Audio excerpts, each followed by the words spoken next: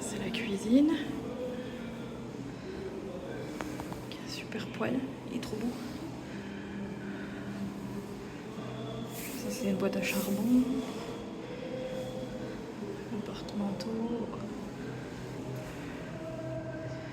Et à l'intérieur.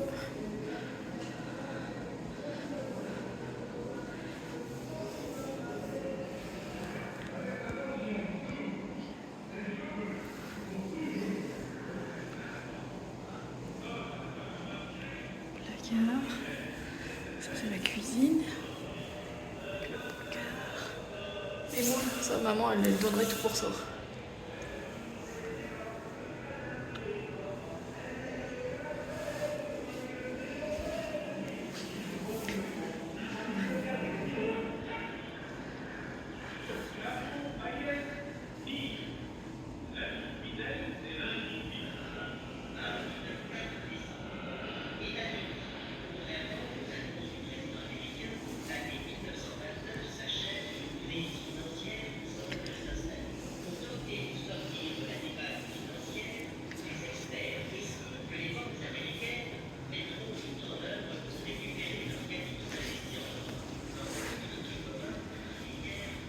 Et la chambre qui est déjà assez grande. Hein.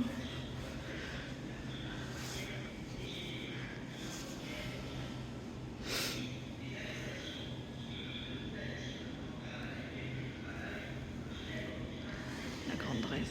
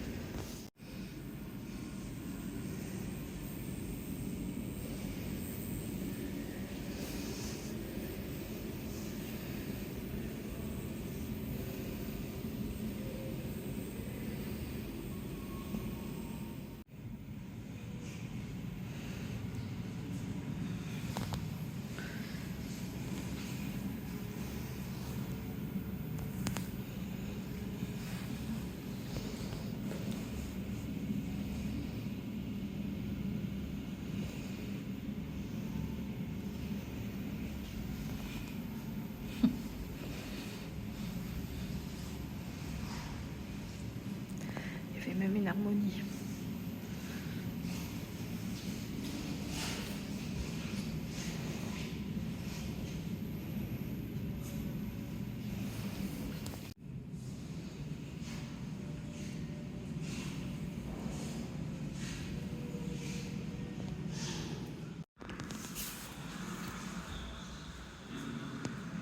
petit peu plus moderne.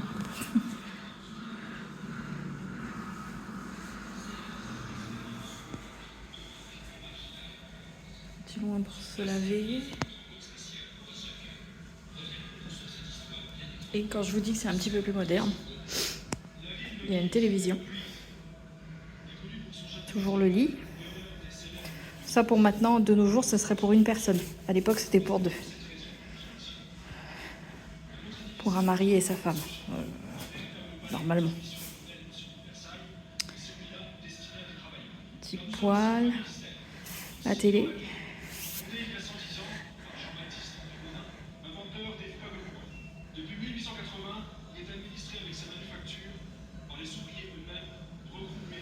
En gros, pour moi en tout cas, pour l'époque, avec tous les attraits qu'ils avaient, c'était largement suffisant d'avoir un appartement comme ça. Donc là, c'était la cuisine et la salle à manger. Il faut savoir qu'ils étaient que deux. Donc cuisine, salle à manger. Donc il y avait deux appartements. Donc en fait, à l'époque, en face, c'était un autre couple. Ok, c'est deux autres personnes. Donc ils rentraient, les portes d'entrée, c'était ça. Donc ils rentraient par là où moi je suis arrivée.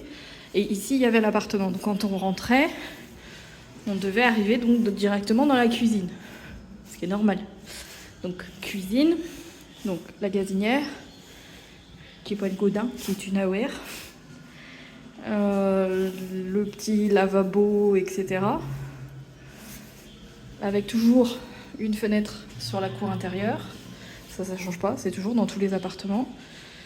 La table pour manger, le buffet. Ici, ça doit être le placard avec comment on appelle ça? Le cellier. Enfin, c'est un petit placard, hein, il n'est pas grand. Mais pour deux personnes, on peut mettre pas mal de trucs dedans. Ici, bon là, ils ont mis un petit évier, donc à mon avis, c'était une petite salle de bain, vous savez, une petite salle d'eau. Bon, c'est assez bas de plafond, on est au 3e étage du Familistère. Il devait y avoir une petite lumière, je pense, à l'époque.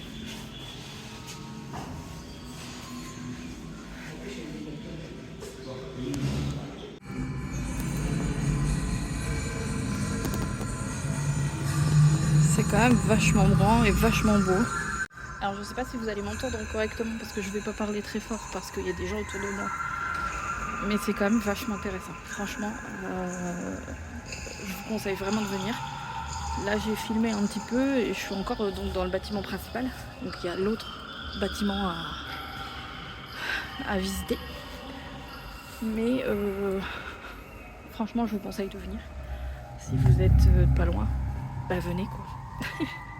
Bon là, on rentre, il y a des gens donc je vous laisse. Donc je vous retrouve à l'intérieur, il y a les gens qui viennent de partir. Là on est dans un appartement de 4 pièces. Donc normalement une famille de 4 ou de 6. Je ne sais plus, bref.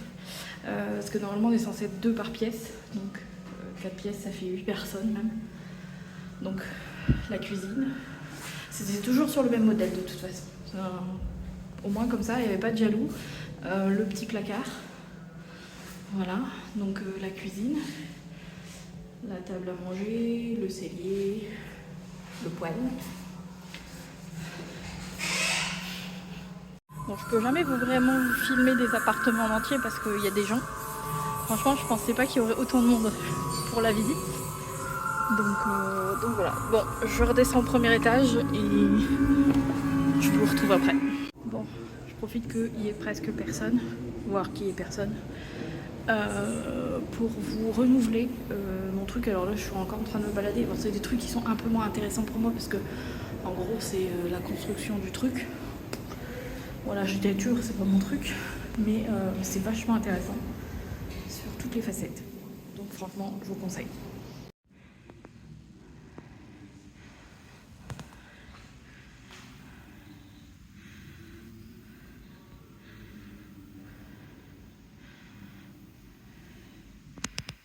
Bon, je viens de sortir de l'appartement de Godin. Ça a été trop refait, les gars. C'est lui qui voulait de la lumière pour tout le monde, machin. Ils ont repeint les... Bah, de toute façon, je pense que vous avez vu, vous allez voir les images. Ils ont mis ça en mauve, mais mauve très foncé. Et en plus, les stores sont fermés, donc il fait hyper sombre, je trouve. pour quelqu'un qui a toujours voulu avoir de la lumière dans ses bâtiments, pour lui comme pour les autres. Enfin, non, je trouve pas ça cool. Alors, petite information concernant l'appartement de Monsieur Gaudin. Je dis là sur la vidéo que c'était très sombre, etc. Et évidemment, on me voit 2 minutes plus tard dehors, donc forcément mes lunettes ont foncé. Il faut savoir que mes lunettes sont totalement claires quand je suis à l'intérieur. Hein, je tiens à le préciser quand même. Et concernant mon avis sur l'intérieur de l'appartement, déjà, il n'y a pas grand-chose au niveau installation de l'appartement lui-même, etc. En soi, ils expliquent un peu la vie de Gaudin, etc. Ce qui est normal en soi. Mais je trouve qu'il manque pas mal de mise en scène. Voilà. Bref, on va continuer. Là, je vais aller finir les écomas, je pense. Et puis on verra bien. Voilà. Quoique, je vais peut-être commencer par la piscine. Je vais peut-être commencer par la buanderie piscine. Ouais, je pense que ça sera mieux. Allez, on y va.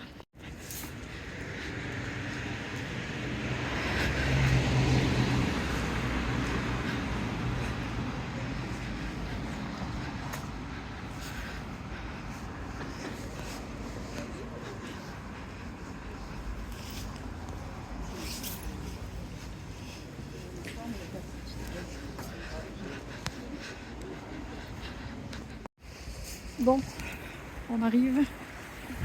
Le niveau de l'eau est bien haut. Je sais pas si on peut rentrer. Si on peut pas, c'est nul. Mais en tout cas, le niveau de l'eau, il est bien haut. Hein. On voit qu'il a plu beaucoup ces derniers jours. C'est un petit peu atroce.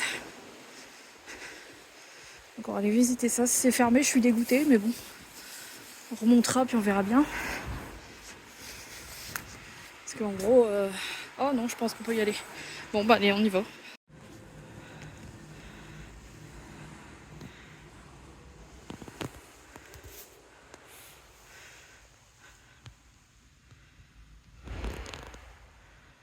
Il y avait un sol qui remontait et qui descendait. C'est vachement bien fait, je trouve. C'est indénieux. Non, regardez, c'est écrit. Donc pour ceux qui ont un peu la flemme de lire, je vais lire à votre place. Les eaux chaudes des ateliers industriels alimentent aussi une piscine de 50 mètres carrés de surface. Cette piscine est pourvue d'un fond de bois pouvant descendre à 2,50 m de profondeur et être ramenée à la surface, afin de ménager aux baigneurs la profondeur d'eau qui leur est nécessaire. Cette piscine peut servir ainsi aux groupes d'enfants de différents âges et aux baigneurs et baigneuses qui ne savent pas nager. Ils étaient ingénieux à l'époque, hein. Franchement, c'est génial. Bon, là je vous retrouve, mais c'est pas pour vous lire le panneau parce qu'il y a trop à lire. En gros, ils expliquent dans ce panneau que les piscines, c'était pas forcément les piscines comme on les connaît aujourd'hui à l'époque. C'était plutôt comme des thermes romains, c'est-à-dire que ça servait plus à se laver qu'autre chose. En gros, c'était ça. Allez, je viens de finir de manger. Pour tout vous dire, je suis allée au McDo. Oui, alors on peut manger sur place. Personnellement, j'étais pas au courant, donc j'ai pas mangé sur place. En fait, j'ai compris et j'ai vu qu'on pouvait manger sur place en arrivant, mais c'était pas prévu comme ça. Et j'aime pas changer mes plans au dernier moment. Enfin, c'est pas quelque chose que je kiffe faire, donc voilà. Du coup, ce qui va se passer, donc, c'est que là, je vais vous faire un petit débrief et puis ensuite, je vais rentrer à la maison. J'ai mon truc de boucle d'oreille qui se barre. Ça serait bien qu'elle reste à sa place, voilà. Et puis ça sera fini pour cette officielle première sortie de l'année. Alors quand je dis officielle première sortie de l'année, c'est juste que vous avez eu une première vidéo que j'estime comme étant la première sortie de l'année, parce qu'elle devait être faite avant celle-ci. Et puis au final, bon, les choses ont été différentes parce que j'ai eu une occasion sur l'autre sortie que vous avez vue, je pense. Bref, on passe. Donc le Familistère, qu'est-ce que j'en pense? Eh bien écoutez, c'est super intéressant. C'est super intéressant parce que ça retrace vraiment le parcours du Familistère en lui-même. Et ça replace aussi un petit peu comment on explique, le projet que Jean-Baptiste Gaudin avait pour le Familistère. Donc c'est un petit peu... alors pour ceux qui veulent un peu plus de détails, soit vous allez visiter le Familistère comme moi, soit vous faites une petite recherche Google et vous trouverez pas mal de choses, soit vous achetez un livre de Jean-Baptiste André Gaudin, du coup, Monsieur Gaudin, pour voilà, avoir un petit peu le plan, etc. Mais normalement sur les plans où je ne parle pas, j'ai dû vous expliquer un petit peu quel était le projet qu'il a fait et pourquoi est-ce qu'il a construit le Familistère. Bref. Du coup, qu'est-ce que j'en pense? Bah écoutez, c'est super intéressant pour les gens qui s'intéressent un petit peu à la vie industrielle, à toutes les choses autour de la vie industrielle plutôt, parce qu'on parle pas du tout de la façon dont on construit les poêles, etc., les chauffages, tout ça. On parle pas, tout simplement parce que c'est une marque déposée et qu'elle existe encore et que donc ils peuvent pas nous donner comment on fait des poêles. Logique. Parce que le brevet a été, enfin les brevets ont été rachetés, donc forcément ils peuvent pas nous expliquer trop en long, en large et en travers comment on fait les Gaudins. Ok ? Mais ça retrace très très bien la vie de Jean-Baptiste André Gaudin. Et ça permet aussi beaucoup de savoir comment vivaient ces ouvriers à ce moment-là. Donc voilà, c'est hyper intéressant. Moi qui suis passionnée d'histoire, de vie, de savoir comment les gens d'avant, mes grands-parents, mes arrière-grands-parents, etc., pouvaient vivre à leur époque. Je trouve que c'est quelque chose d'assez intéressant, d'autant que pour moi c'est pas très loin, c'est-à-dire que c'est une demi-heure de chez moi en fait. Et c'est super intéressant. En plus, on a la grande chance de pouvoir visiter le bâtiment. Donc franchement, si je peux vous donner un conseil, ne faites pas la visite tout seul. Voilà. Prenez quand même la visite guidée, parce qu'en fait la guide va vraiment vous expliquer les choses pour que vous compreniez, et ensuite vous pourrez aller dans les pièces où elle n'entre pas, parce qu'il y a des pièces qu'elle n'explique pas, et ensuite vous pourrez entrer dans les pièces par vous-même et vous aurez en fait la base des explications pour comprendre. Alors après c'est hyper bien expliqué, il y a des panneaux de partout qui expliquent, en long, en large et en travers. Mais franchement, faites la visite guidée, d'autant que je vous mettrai les tarifs là ici quelque part et en barre d'infos comme d'habitude. Mais c'est pas si cher que ça. En plus, bon, moi j'ai fait avec mon tarif demandeur d'emploi. Oui, même si je travaille, je suis en intérim, donc je suis encore répertoriée comme demandeur d'emploi. Et comme là, je n'ai pas travaillé pendant 15 jours, je me suis permise de prendre le tarif demandeur d'emploi. Ce que je fais d'habitude jamais. Mais là, je l'ai fait pour une question de finances, hein, forcément. Du coup, voilà, super intéressant. Je suis super contente de cette visite. J'espère que mon plaisir que j'ai eu moi va retranscrire dans les vidéos que je vous ai faites. De toute façon, n'hésitez pas à le dire en commentaire si vous avez la moindre suggestion d'amélioration. Voilà. Je commence tout doucement à pouvoir aussi filmer devant les gens. C'est pas quelque chose que j'aime ça. Enfin, c'est pas quelque chose que j'aime parce que je trouve ça extrêmement impoli en fait de filmer les gens. Alors que, enfin, de parler avec ma caméra, avec mon téléphone, alors qu'il y a des gens autour de moi, quoi. Vous voyez, bon, bref, ça c'est autre chose, ça va venir, mais pour l'instant c'est un petit peu compliqué. Du coup, voilà.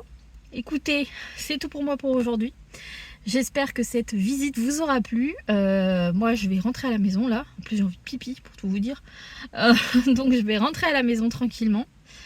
Et voilà. Alors, la prochaine sortie, si j'en fais une encore au mois de janvier, ça sera bientôt. Sinon, on se retrouve au mois de mars. Non, au mois de février. Au mois de février. Voilà, on se retrouve au mois de février pour Arras. Voilà, je vous l'ai dit. Donc voilà, moi je vous fais de gros bisous. Et je vous dis à tout bientôt. Salut! J'ai oublié de vous donner un petit détail. Donc là, aujourd'hui, on a été voir le Familistère de Guise. Mais il faudra qu'on retourne à Guise, non pas pour le Familistère du coup, parce que je vais pas y retourner une deuxième fois, enfin, je pense pas, c'est pas prévu en tout cas. On fera peut-être les jardins à la limite. mais pour aller visiter le château fort de Guise, parce qu'il y a un château fort à Guise. Malheureusement, il n'était pas ouvert quand j'ai réservé mes billets pour aller là, puisqu'il n'ouvre que fin mars, je crois, ou mi-mars. Mais il ouvre au mois de mars. Ça, je suis sûre que c'est au mois de mars, donc il ouvre au mois de mars. Du coup, eh ben, on retournera à Guise courant mars. Et je pense que je vais mettre la visite du château fort pendant que mes parents ils seront eux partis pour fêter l'anniversaire de mon papa qui est le 24 mars du côté de Strasbourg pour aller au salon de l'automobile. Alors ils y vont à deux, moi j'y vais pas. De toute façon l'automobile ça m'intéresse pas tant que ça. Du coup voilà, il faudra qu'on retourne du coup à Guise pour aller visiter le château fort. Château fort qui normalement peut être visité en même temps, enfin on peut avoir un billet commun avec les deux, sauf que du coup comme moi il n'était pas ouvert, j'ai pas pris de billet commun. Du coup voilà, c'était juste pour vous faire ça. Je vous fais des bisous, bye.